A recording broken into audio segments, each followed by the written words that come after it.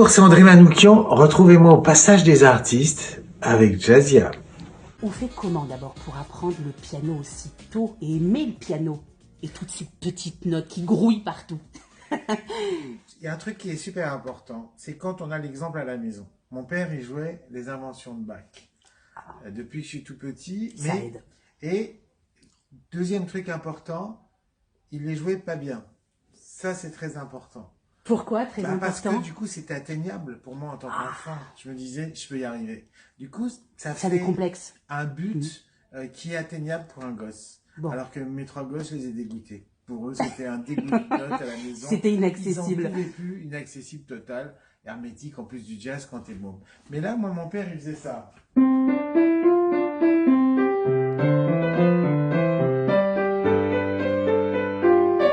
Ah, Je recommence. ça fait mal aux oreilles. Ça fait mal, alors du coup, il recommençait.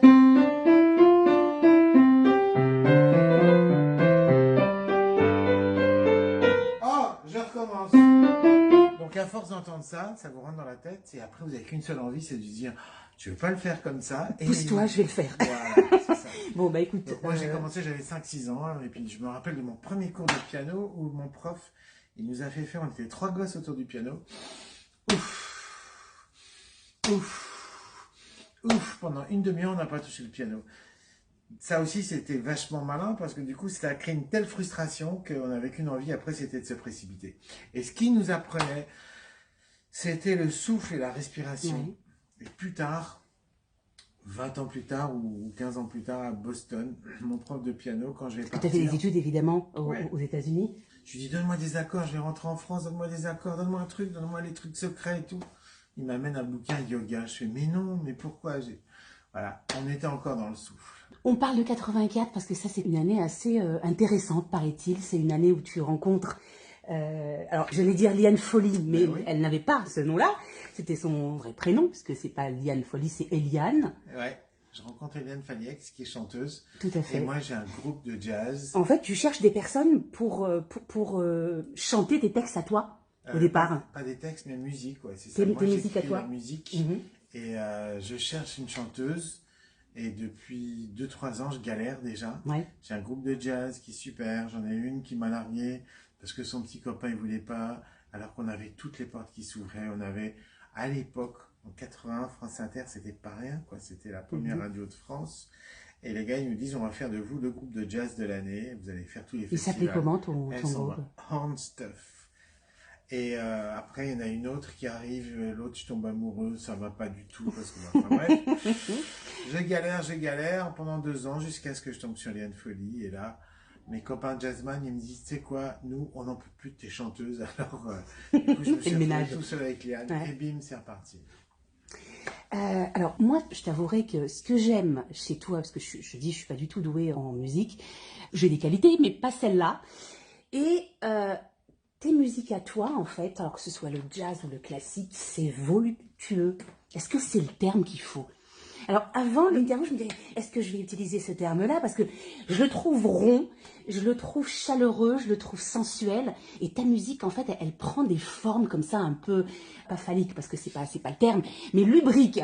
Je suis désolée de te le dire, mais c'est vraiment ça. Quand on entend tes citations, quand on t'entend jouer de la musique, parler de la musique, que ce soit à la télé ou que ce soit sur scène ou à la radio, on a des formes autour de ce que tu es. Est-ce que tu en as conscience ou on t'a déjà dit ou pas? En tout cas, c'est un super compliment, je le prends comme tel. Mais c'est un compliment. Ma deuxième prof de piano classique, j'avais 11 ans, donc ça fait déjà 5-6 ans que je joue du piano. Oui. Je suis resté 6 mois tout seul sans prof, et puis je vais la voir, et c'est un copain qui me dit, et elle me dit, vas-y, joue-moi quelque chose. Je joue la toccata de Bach, elle me dit, arrête, tu vas casser mon piano. Elle me dit, une note de musique, c'est comme une balle qui rebondit. C'était une grosse dame, elle s'appelait Madame Bellicard, et elle m'a appris tout de suite la sensualité voilà, parce qu'elle, encore une fois, il y avait toujours des petits gâteaux posés sur son piano, il y avait toujours des bonbons dans le coin. Oui, c'est et elle gourmand. nous parlait Ouais. du classique avec cet amour et cette gourmandise. C'est comme ça qu'il faut qu'on apprenne la musique aux gosses, quoi. Parce que s'il n'y a pas la partie sensuelle de la musique, on enlève la moitié du truc. Complètement. Et on dénature un peu parce que j'ai l'impression qu'on a bien évidemment du son. Moi qui ai fait beaucoup de radio, je suis très sensible au son. Mais on a aussi parfois besoin de fantasmes. Et autour de toi, il y a beaucoup de fantasmes autour de ta musique. Et elle est presque imagée, cette musique. On a des images, des formes, des rondeurs autour de ce que tu fais. La musique classique ou le jazz, ça prend des espèces de dimensions complètement différentes. Bah, écoute, deux choses. Dans mon jeu, tant mieux si ça s'entend. Et après, c'est vrai que j'en parle beaucoup, Mhm. mais je restitue peut-être une dimension qu'on lui a volée à la musique. Parce Oui. qu'à force de, quand à la fin du 19e, on l'a académisé, on lui a presque enlevé un peu de sa saveur. Oui. La musique classique, elle était une musique vivante.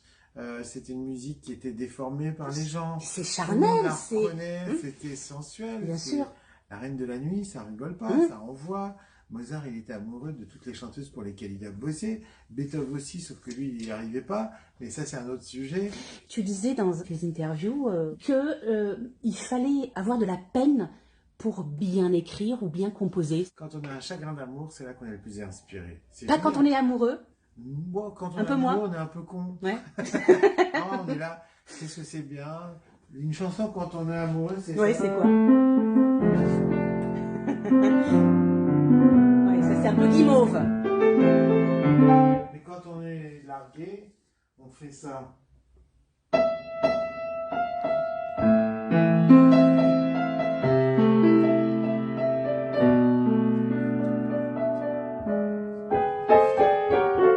C'est autre chose. Effectivement, ça c'est barde. beaucoup Là, plus profond. Le mec qui est largué, qui est un peu musicien, il peut taper un album en 3 jours. Je parlais de profondeur, on va parler de ton spectacle. Je suis désolée, je suis... Très bien, très bien. J'ai écouté un peu, enfin quelques extraits de ton spectacle, et c'est vrai que c'est très inspirant. Parle-nous un peu justement de ce spectacle qui se prolonge au Théâtre de l'Œuvre. Eh ben, pour moi, il n'y a pas la musique classique d'un côté et le jazz de l'autre. Encore une fois, tous les musiciens dits classiques aujourd'hui étaient des jazzman. Bach improvisait, Mozart improvisait, Beethoven improvisait. Je raconte la rencontre musicale de Bach avec Frédéric II, le roi de Prusse, qui lui joue un air super naze, et Bach s'assied et va en faire l'offrande musicale, un des plus beaux morceaux qui soit. Je raconte la vraie rencontre entre Beethoven et Mozart, qui est tout jeune, Donc on a de très jolies anecdotes. et qui prouve simplement que la musique était une musique vivante, et que à la fin du 19e, ben, on a tout d'un coup, on a mis l'écriture devant, on a privilégié donc le solfège, hein, puisque c'est l'écriture, alors que le solfège, ça servait à quoi? À noter ce qu'on faisait pour s'en souvenir. Il n'y avait pas de magnéto à l'époque, il n'y avait pas de téléphone portable, donc il y avait souvent des battles, et à partir du moment où on met le solfège en avant, et où on décide que les enfants doivent d'abord apprendre le solfège, c'est aussi inepte que si vous dites à votre gamin qui vient de naître, tu n'as pas le droit de parler tant que tu ne sais pas lire et écrire. What the fuck? Yeah. Donc voilà. Et du coup, aujourd'hui, on rencontre des musiciens classiques qui ne savent pas improviser au clair de la lune. C'est-à-dire qu'ils ne peuvent que lire des partitions. Ouais. De musiciens qui ne savent pas improviser, c'est comme deux personnes qui ne peuvent pas se parler sans lire le texte de quelqu'un d'autre. Et je trouve que c'est un peu aberrant. J'ai dû aller aux États-Unis pour apprendre à improviser, parce que c'était la galère, parce que en ce temps-là, c'était il y a longtemps, c'était il y a plus de 30 ans, personne ne savait, personne n'apprenait ça. Aujourd'hui, on peut apprendre ça, dans les conservatoires y compris, puisqu'on avait ouvert des classes de jazz. À l'époque, c'était là-bas que ça se passait. Donc, j'ai pris mon baluchon, je me suis cassé tout seul. J'ai travaillé pendant 1 an à vendre des orgues dans des supermarchés pour me payer mon école, parce que ça valait un petit peu cher quand même. Et puis voilà, et tout tenait sur une demi-feuille de papier. Quand je suis rentré, j'ai fait, mais c'est pas vrai, quoi. La règle, elle est toute simple. J'ai pas dit que ça demandait pas de boulot. Ça demande beaucoup de boulot, mais voilà. Et puis, je raconte aussi ma rencontre avec les chanteuses. La première chanteuse, alors qu'avant, j'en avais rien à secouer du chant. Oh, tout d'un coup, dans un studio, je lui demande d'essayer par hasard, et là, révélation. Et c'est là que je suis passé du côté féminin de la force, et que c'était le début d'une belle carrière, et de beaucoup d'emmerdes aussi, mais je regrette pas, parce que voilà. L'idée, c'est quoi? L'idée, c'était que je suis allé voir un toubib qui m'a dit interdit les chanteuses, c'est fini, il faut arrêter. Donc, Alors, tu l'as cure de écouté. désintoxication vocale, et me voilà avec la musique de mes ancêtres. J'ai fait tout un parcours et je finis avec la musique arménienne qui m'a remis moi tout seul au piano. Parce que avant de dire quelque chose au piano, faut y aller, quoi. Avec tous les gars qui sont passés avant, comment on fait entre Thelonious Monk et puis Bill Evans ou Brad Meldo. Et tout d'un coup, par hasard, j'ai entendu la musique de mes ancêtres. On m'a demandé de faire la musique d'un film sur la diaspora arménienne. Et j'ai dit, tiens, j'ai écouté ça.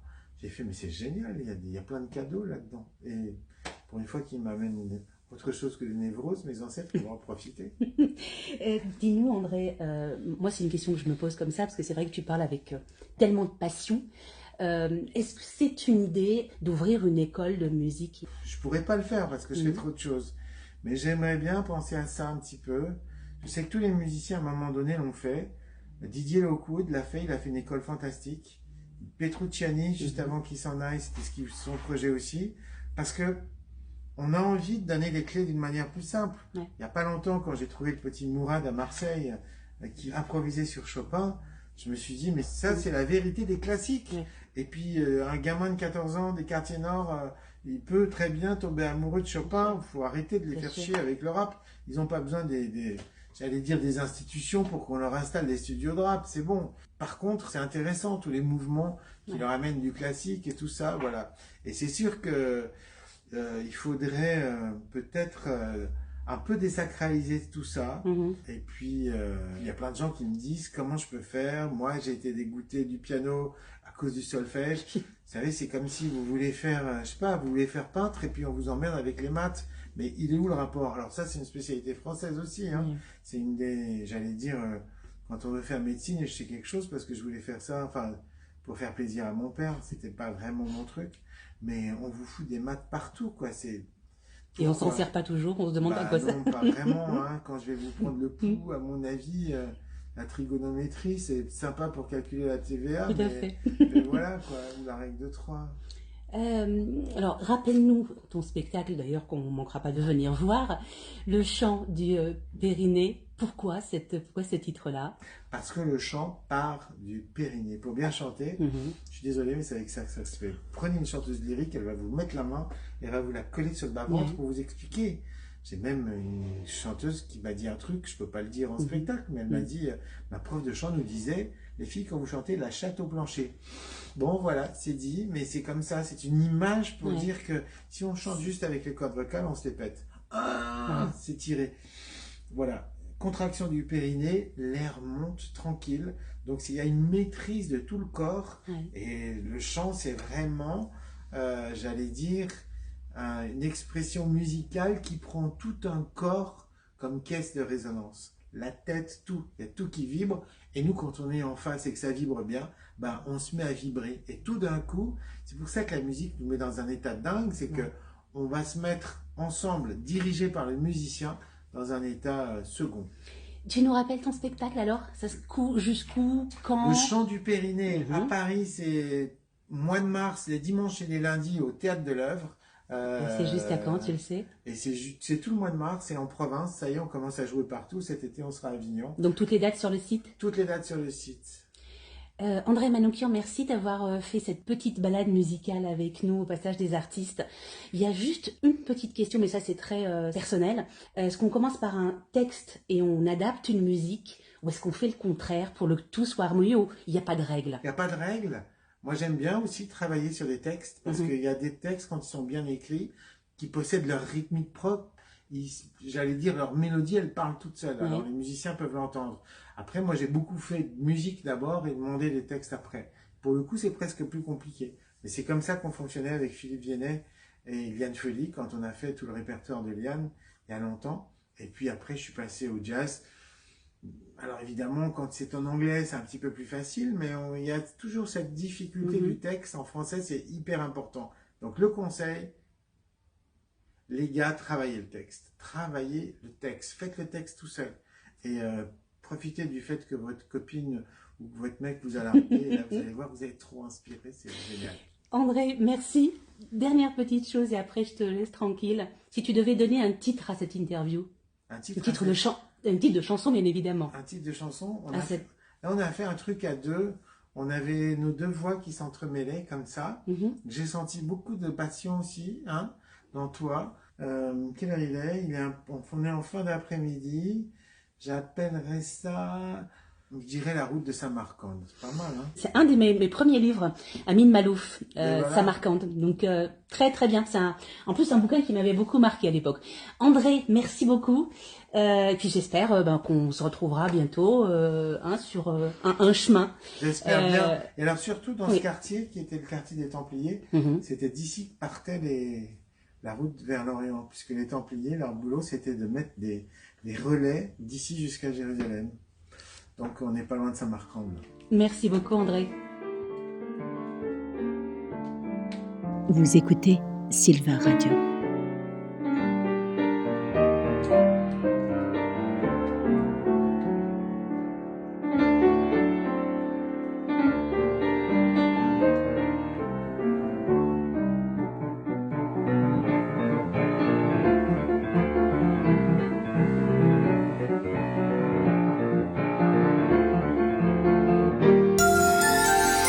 Vous êtes bien sur Silver Radio.